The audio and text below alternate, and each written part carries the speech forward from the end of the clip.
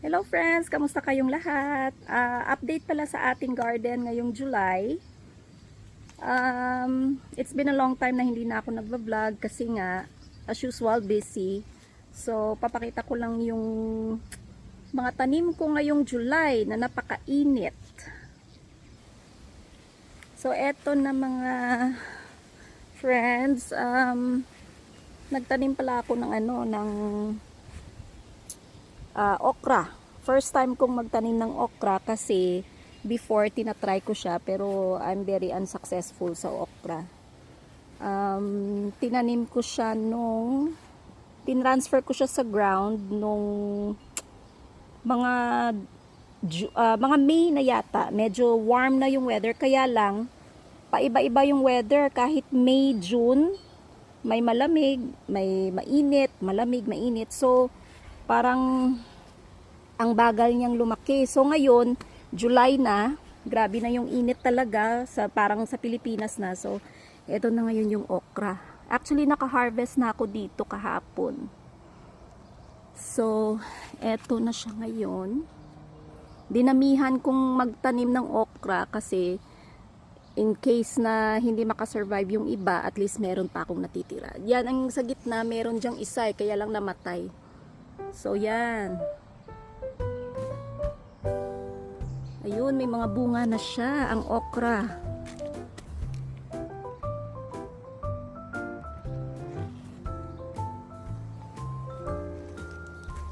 Ayan. Full sun kasi dyan eh. Sa kabila naman, okra din yung nilagay ko. Pero, grabing lalaki ng mga mga dahon. O, tingnan nyo. Ang lalaki. Ayan. Ang laki ng mga dahon. Ayan, may mga bunga. Konti pa lang. Ayan. Medyo ngayong year, nag-concentrate talaga ako sa okra. Kasi nga, hindi talaga ako, hindi siya successful yung pagtatanim ko eh. So sabi ko, damihan ko kaya to. Ayan.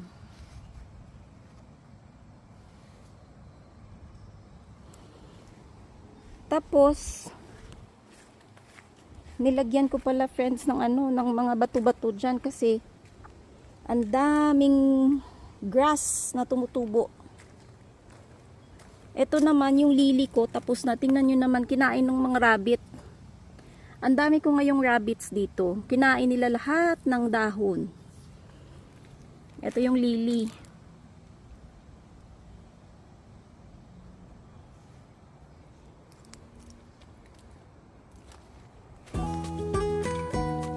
Ito yung talong, ewan ko kung ano yung nangyari sa isang talong.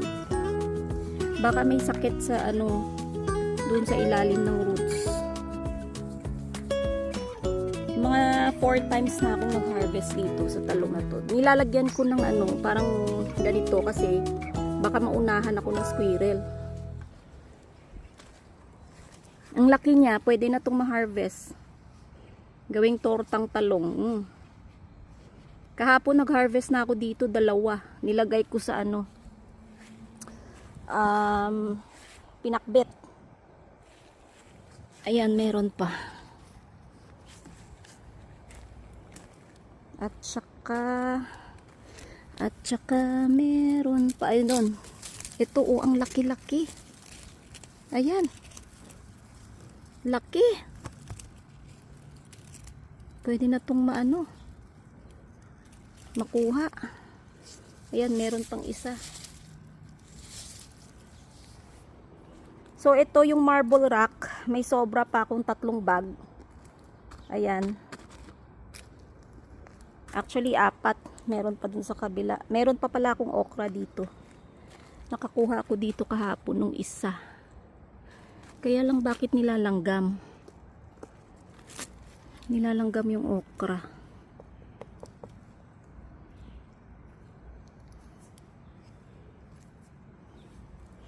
Tsaka yung kamatis ko. Beef tomato to eh. Na siya, nabali.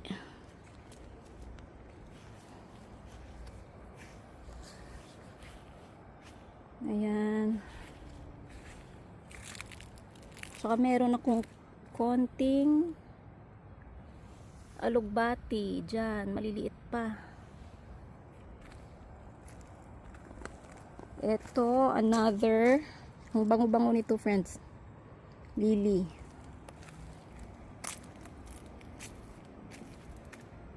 Ang ganda nito. Nakalimutan ko yung pangalan niya. Nagtanim ako nito last year from seeds. Ngayon, nag-self-seed siya. This coming year, actually, this is annual. Namamatay to every year. So, kailangan magtanim ka naman. Kaya lang, ang maganda sa kanya, nagsi-self-seed. So, yung mga seeds na na-collect niya nung last year, tumubo ulit siya. So, yan. The same with Cosmos. Tumubo lang siya dito.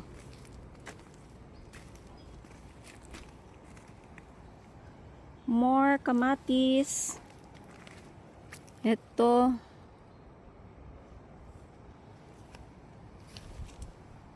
Ay. Nabali. Sobrang bigat.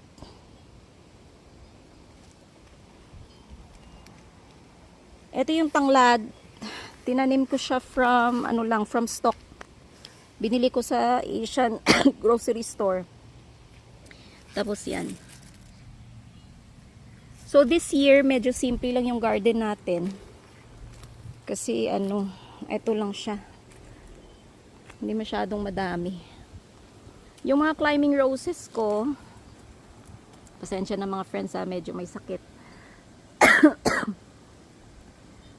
Ayan, nung spring, ang dami-daming bulaklak niyan.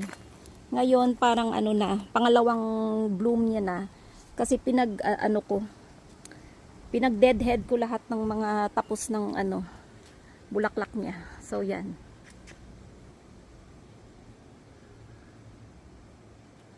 Okay. Diyan, left and right, nilagyan ko din ng ng rocks. Kasi mahirap mag-maintain ng garden. Especially pag naka full-time work ka, mahirap talaga siya. Kung hindi ko lalagyan ng rocks yan,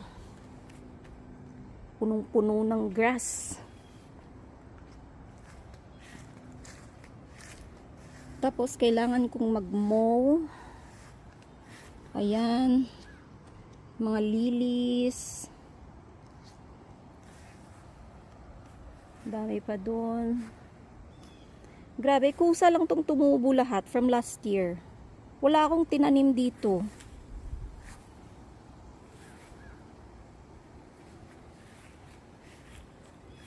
Mga phlox, yung hydrangeas, yung anemone ko, pa-start pa lang.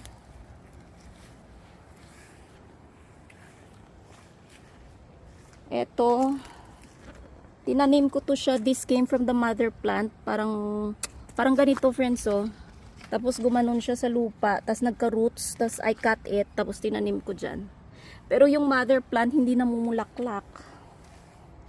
Ang laki niya, oh. Hydrangea. Kaya lang kailangan niyang idiligan mo parati kasi kung hindi mamamatay siya. May mga roses. Ayan mga friends, simple lang yung natin ngayon, yung garden. Hindi ko kasi matapos-tapos ito, hindi ko pa nalagyan ng mulch. At saka yung pala, yung alugbati, tumubo lang. Hindi ko to tinanim. This was from last year, pero yung mga seeds niya, siguro nag-scatter dito. Ayan, tumubo. Ano to? Ayan, tumubo, oh. Daming lamok. Tapos yung corn, yung nanay kong nagtanim yan, dapat sa sa sunny. Tinanim niya sa sa medyo shady. So yan, ang bagal. Ang liit.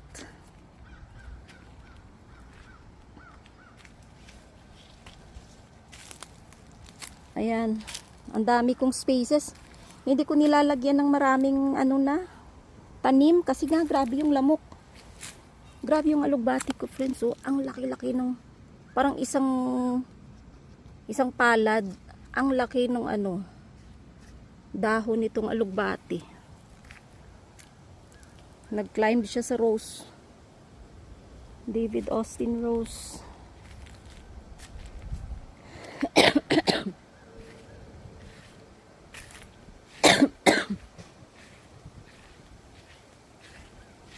Ayan mga friends. So anyway, eto, may mga kamatis pa ako dito. Ilang beses na akong nag-harvest dito. Panggisa. Yung bell pepper ko, excited na ako. Yan, ang dami. Ang daming bunga ng bell pepper. Dami niya. Diyan ko lang sa, ano, nilagay dyan. Tapos, ito, yung jalapeno. Ito, maanghang to. Super anghang. Super anghang nito. Ayan. Meron pala akong eucalyptus. Ito, mga zinnias. Pinagbubudbud ko yung mga seeds dyan. Ito. Ang magaganda ng zinnias na to. Yan, tumubo. Tapos yung hose ko, andyan lang yan kasi nga everyday dinidiligan. Tapos meron akong grapes dito. Ang liit lang nito eh. Parang ganyan lang. Nilagay ko sa malaking pot. Ayan. Ewan ko lang kung mamumunga to. Hopefully mamumunga siya. Nilagyan ko ng trellis. Tapos pinagaganon-ganon ko. Para dyan siya kumapit. Ayan. Ayan. Ito pala friends yung ano, pinakita ko na sa inyo nung last, yung greenhouse, pero ano yung tawag ko, parang sunroom. Actually walang laman dyan kasi grabe yung init, yung money tree lang. Ito yung daon sibuyas or scallions. Ito, walang humpay na harvest na yung ginawa namin dito. Tutubo ulit. Yung strawberry, naka-harvest na rin kami dito. Ito. Namumunga siya. Strawberry.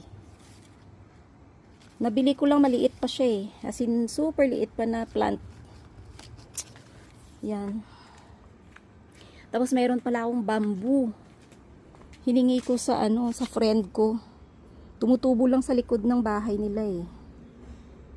So yan. Ayoko siyang ilagay dyan lang siya sa pot kasi napaka-invasive nito.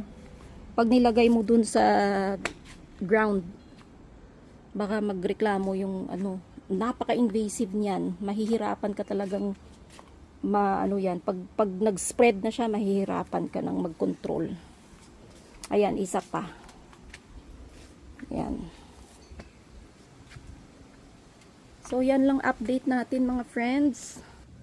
So, again mga friends, thank you for watching. Mag-ingat kayong lahat.